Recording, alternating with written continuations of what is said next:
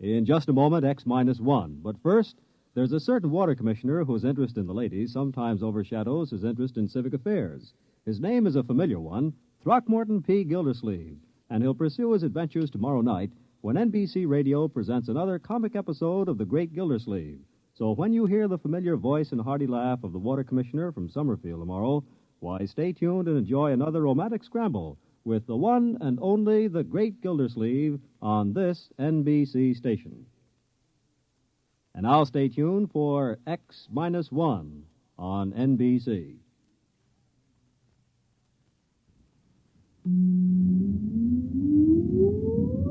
Countdown for blast-off. X-5, 4, 3, 2, X-1, fire.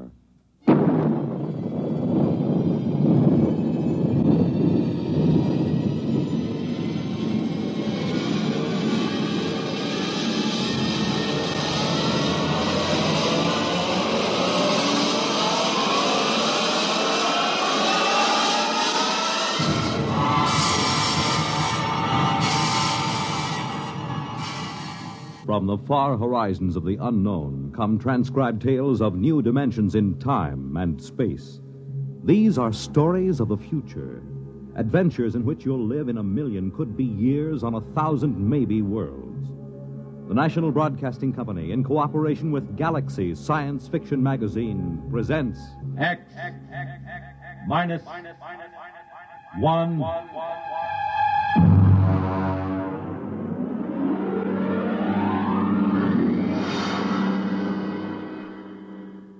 Tonight's story, The C-Chute, by Isaac Asimov.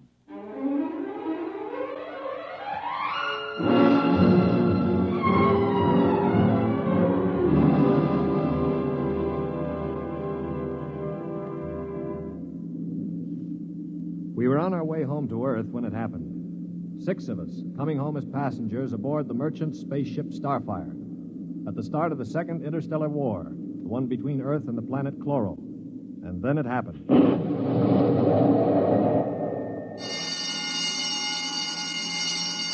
Now hear this. Condition red. Condition red. We are under attack from a Chloran battlecruiser. All hands forward to battle stations. Passengers will remain confined to the after cabin. Condition red. We are being attacked. The interception by the Chloran cruiser, the murderous running jewel of energy blasts and force field defenses.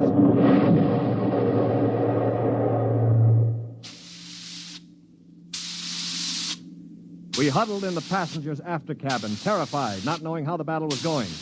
We could hear the desperate bursts of steam through the steering tubes as the Starfire maneuvered to dodge the enemy attacks. And then...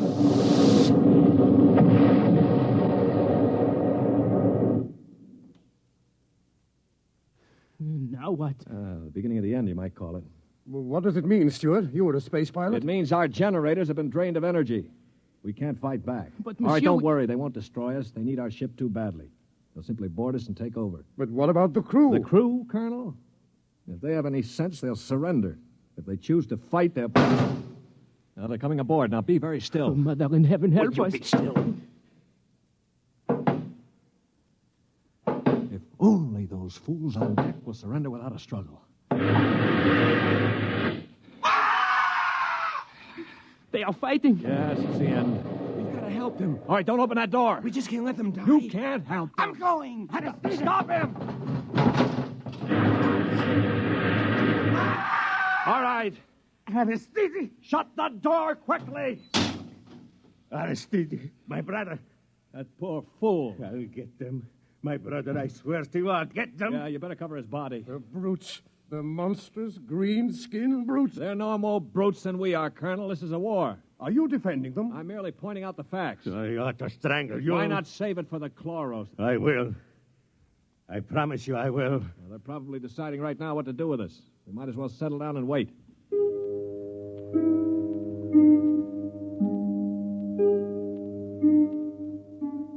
We sat there, the 5 of us, and listened while the Chloran invaders killed off the members of the Starfire's crew. Among us was Colonel Anthony Wyndham, an old Colonel Blimp type with a lame leg.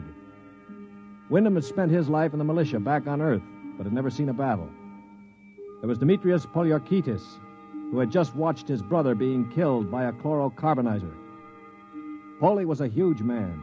He and his brother had tried truck farming in Arcturus and given it up after 2 seasons. Then there was LeBlanc, a sensitive, frightened young man of 22, and Randolph Mullen, who looked like somebody's caricature of a bookkeeper, a mild, balding, milquetoast little man. And there was myself, John Stewart. I was the only one who'd ever had contact with the chloro people. I had a pair of artoplasm hands to prove it. It is quiet now. Yeah, they've finished with the crew. Mr. Stewart, Yes, Mr. Mullen.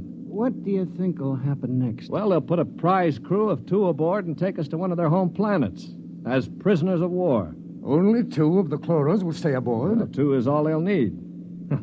Why, Colonel? You thinking of leading a gallant raid to retake the ship? Well, simply a point of information, dash it. All right, then let me give you another point of information. If you want to commit suicide quick, just open that bulkhead door.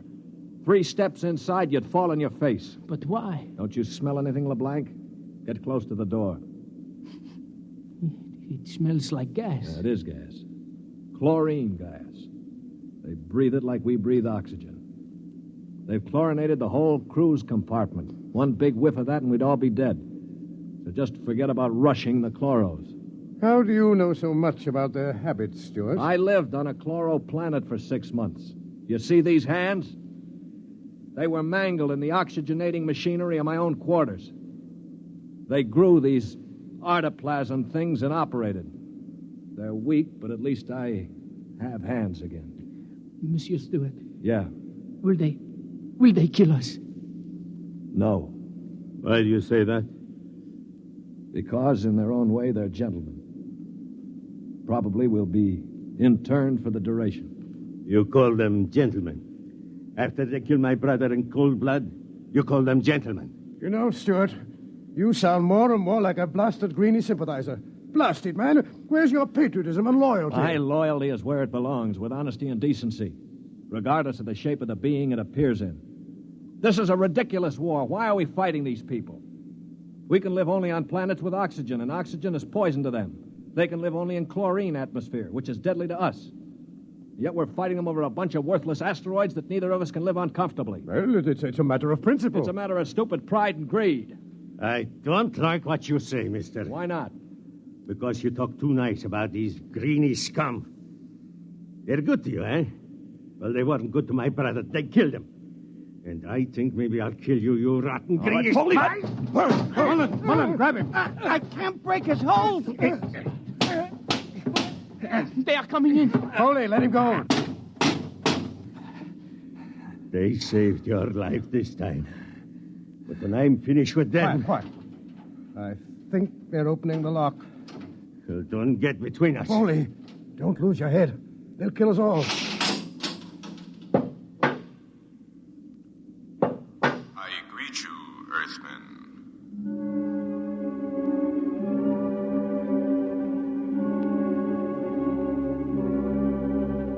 The chloro was not a pleasant sight to anyone unused to him. He was about the height of an Earthman, but the top of him was just a green stalk with eyes. He was still wearing a spacesuit to protect him from the oxygen in our compartment. In one of his tendrils, he carried a chloran gun. As he stood in the doorway, I could see Polyarchetes' eyes begin to glisten with rage. Then, with a bellow like a huge bull, he threw himself at the chloro.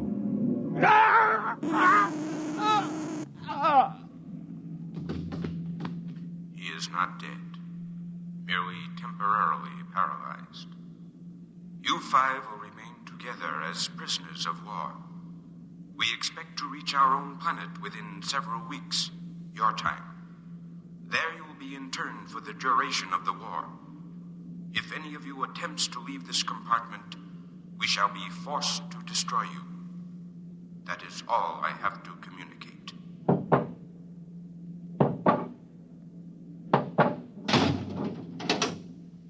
Hadn't we better do something for Mr. Polyarchetes? Oh, he'll be all right.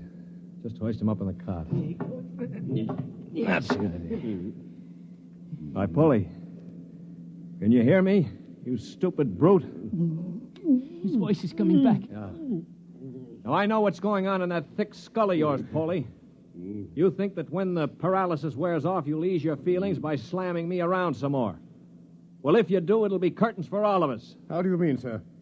None of you know the chloros the way I do.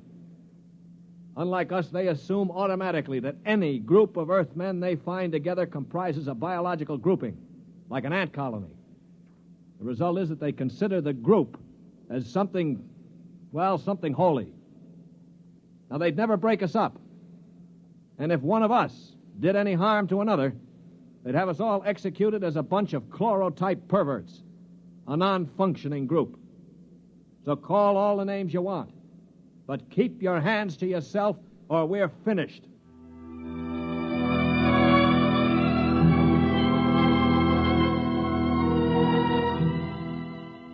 My little speech had a sobering effect on the group. For the next 24 hours, we did little besides eat our rations and think. I tried to evaluate them. The colonel I had figured for an old windbag. Poliorcetes was a hate-filled brute. LeBlanc would crack first. He was like a frightened child.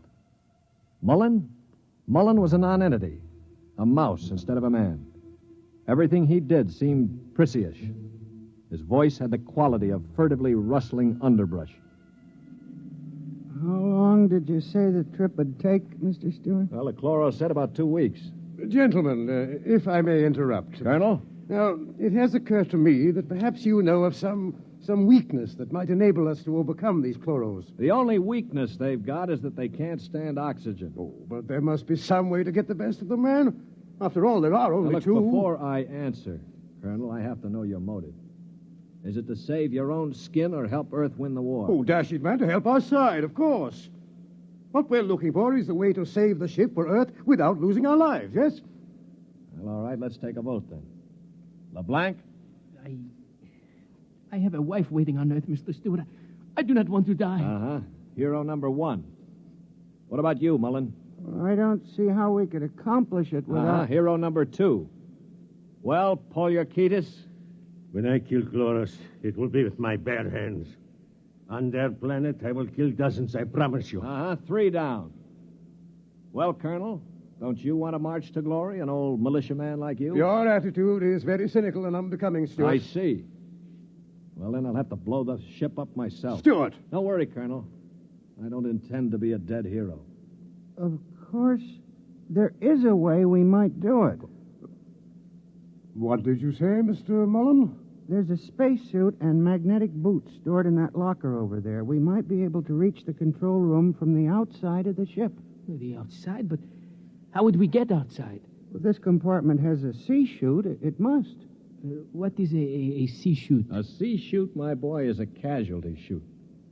It doesn't get talked about much, but all the main compartments have them. They're just little airlocks down which you slide a corpse. Burial in space.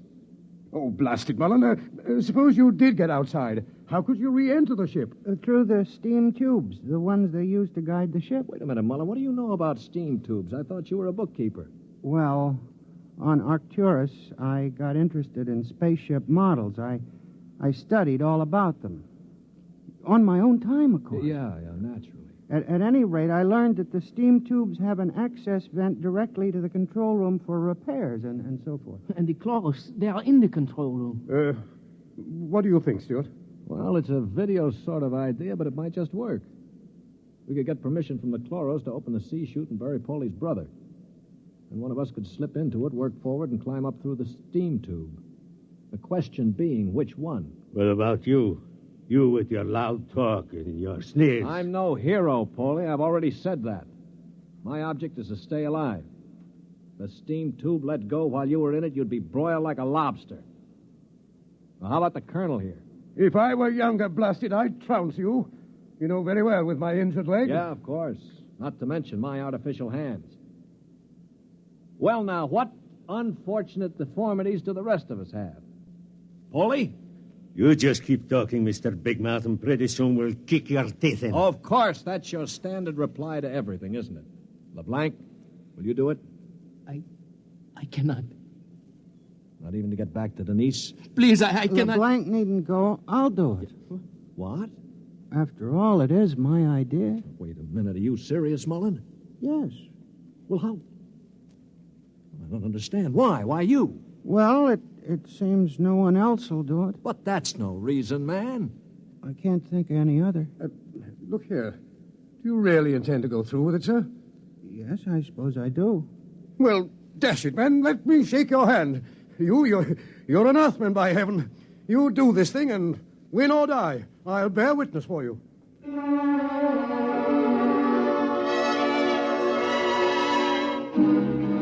It was quite a moment. Mullen the mouse had suddenly turned into a man. He just stood there awkwardly while the colonel puffed his hand. Poliorcetes seemed stunned. LeBlanc was wide-eyed. And I? Well, I was in a peculiar position, one in which I rarely found myself. I had absolutely nothing to say.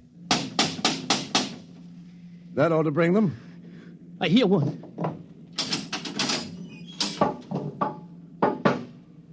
What is it, Earthman?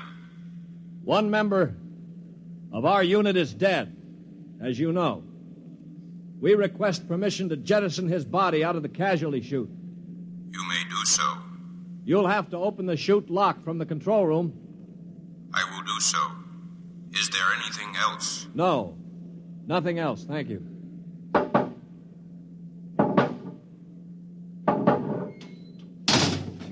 Oh, boy.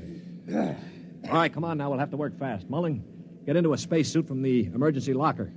Polly, help Mom with those magnetic boots. How do you... I'm working as fast as I can. The arm, there. All right, give me the helmet. The helmet? Okay. Now, Mullen, you better scratch your nose if you have to. It's your last chance for a while. What about radio contact? You can talk to us. We'll listen in on the helmet set in one of the other suits. The chloros won't have their set on the interphone frequency. Wait a moment. What for? Dash it, what's he going to use for a weapon? He isn't big enough to fight them barehanded. Ah, no, that's true. Well, how about one of those oxygen cylinders? Good idea. Use it to bash them over the head. Now, give him one of the cylinders equipped with a reducing valve. Now, look, Mullen, if your magnetic boots fail and you start drifting away into space, open this valve. See that? Now, you can use it like a miniature jet and try to blow yourself back to the ship. Understand? I think so. Well, I only hope it works. All right, here goes the helmet. You'd better hurry. The light is on over the C-Chute. Yeah. All right. That means they've opened the lock. Here. Now, can you hear me?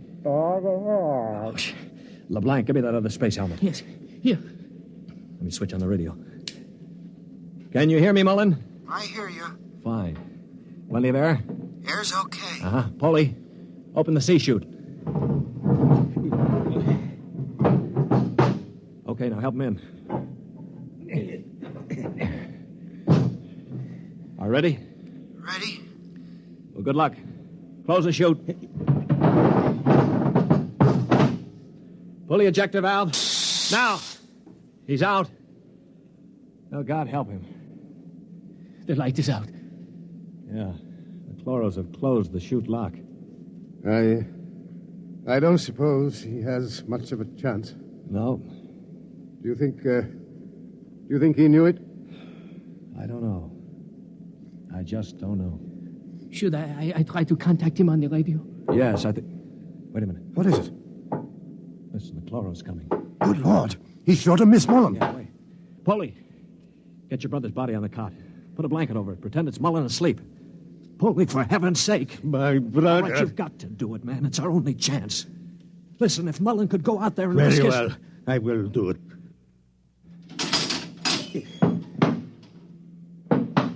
Earthman, Yes. you have jettisoned the body. Yes. Good. Is there something further we can do? No, We are very tired. Our grief is very great at losing one of our unit. We would like to rest alone. I will respect your wishes. I see that one of your units sleeps already. Yes, Mr. Mullen was overcome with grief. I leave you. Oh, brother. Polly, I thought sure you were going to rush him. With that brave little guy out there. What do you think I am, anyway? And to think I laughed at him makes me ashamed. Yeah, I guess I've been saying some things that maybe weren't too funny. I owe all of you an apology. Do you think it's safe to try the radio? Yeah, we better. Hello? Hello, Mullen. can you hear me? Yes, I hear you. Where are you? I'm standing on the outside of the ship. All right, now take care. One misstep and you'll be marooned in space.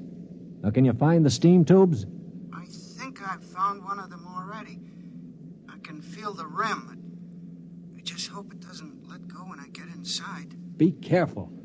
I'm going into the tube now. I can feel the ladder rungs they use to repair the inside. Yeah, well, keep in contact. I'm in the tube now. Good Lord. They've let go with a blast. Oh, well, it may be the starboard tubes. Mullen! Still here. They use the other tubes, fortunately. Now, if they don't try to correct for over-deflection... Yeah, keep moving. I seem to be... Wait. Yes, yeah, I'm at the end of the tube now, where it opens into the control room. Good. Now, look, there's a small metal door there. Can you feel it? Yes, I'm afraid it's locked from the other side. Oh. I can't budge it. Mullen, listen to me. Stewart, I'm scared. I'm terribly scared. Yeah, all right. Now, hang on. Don't blow up. Listen to me. Are you listening? Yes. Take the spare oxygen tank. Bang on the metal door that leads to the control room. The chloros are bound to hear you. When one of them comes to investigate, try to hit him with a cylinder. Now, aim for the stalk on top of his body. Try to blind him. Will you do that? I'll try. Well, now, go on. Only one can come. The other will stay at the controls. Now, start banging.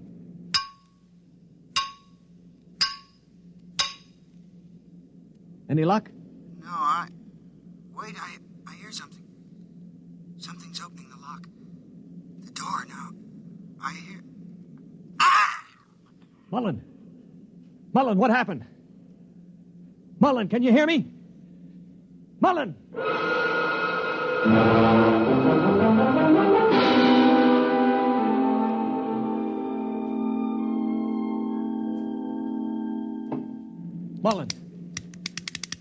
Mullen! Oh, it's no use. They must have gotten him. Yeah, he was one brave little guy, that one. But suppose they have just got him in the control room.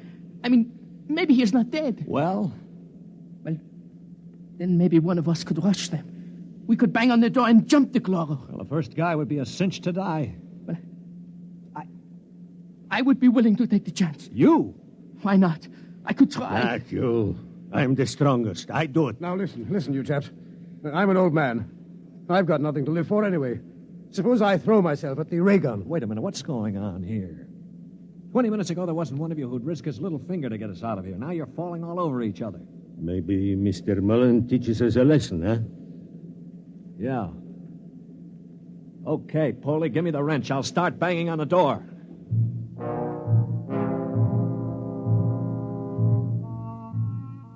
They say that selflessness is contagious. I guess maybe it is. I'd been a cynic all my life, a man who believed in nothing. Well, I'd come face to face with 4 human beings who proved that I'd been living a lie. I knew what I was going to do now. When the chloro came to investigate our compartment, I had it all planned. If only my poor, weak hands would hold out long enough. Ready? Ready. Here goes. That should bring him. Try again. Wait, listen. Shh. It's at the door. Get ready. It's opening the lock. For poor old Mullen now. Steady. No! Let him have it! Wait! Stop it! It's not the chloro! Wait! Good Lord. It's Mullen. Here, get the helmet off. That's it. All right, now lift. Mullen, are you all right? I seem to be quite all right. Well, the chloros. Both dead. At least I hope so. Well, what happened? Well, I banged on the steam tube hatch and a chloro opened it. Yeah? I hit him with a cylinder. It blinded him, I guess, but didn't kill him. He grabbed me and pulled me into the cabin. In the struggle, he broke my transmitter. That's why I couldn't talk to you. Finally, I managed to club him down. Well, what about the other one? The other one almost got me. It must have heard the scuffle and came into the cabin with a ray gun. What I did, I guess, was pure reflex. The cabin atmosphere was chlorine, of course, and the greenie didn't have a spacesuit on. So I just turned on the oxygen valve in that spare tube. It was like spraying an insect with poison. Well, you're a brave man, Mullen. I'd have been scared to death. Mullen, what is it? Mullen.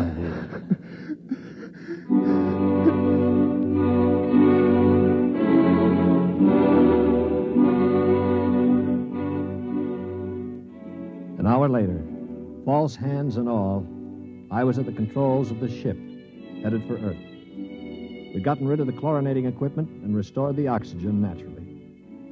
Mullen was asleep in the cabin under a sedative, or so I thought until the cabin door opened.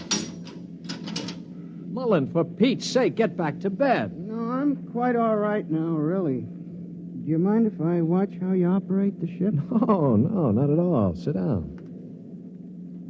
You know, I guess I owe you an apology. I didn't think too much of you. That's your privilege. No, it isn't anybody's privilege, Mullen, to despise another. For years now, I've abandoned hope of finding any decency in human beings. I owe you a vote of thanks. You embarrass me, Mr. Stewart. I didn't do it for any heroic reasons, I assure you. Far from it. Well, why did you do it, Mullen? That puzzles me very much. Well, Mr. Stewart, I'm a bookkeeper. 17 years ago, I left Earth to work on Arcturus. I never made much impression on anybody on Earth, although I wanted very much to have people like me. Well, about a year ago, I started to write to my family again. Don't ask me why. And then I asked for a leave of absence to go home after 17 years. Well, I still don't understand. It wasn't patriotism or love of a woman or money or any of those things. What was it? Mr. Stewart, haven't you ever been homesick?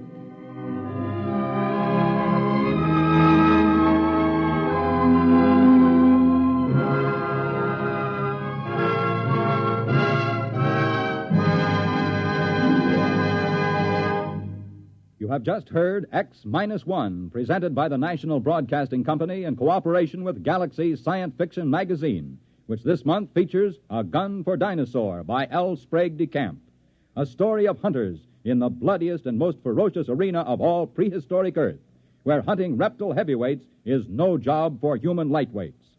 Galaxy magazine on your newsstand today.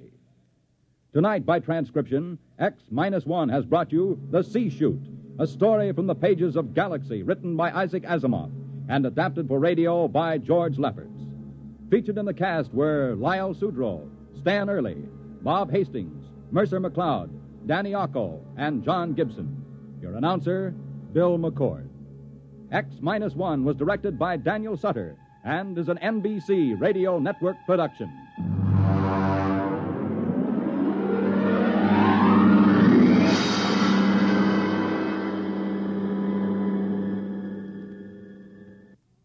Next week, on a distant planet in a forgotten colony of Earth, a man is ordered to commit a murder. Listen to Skulking Permit on X-1 next week.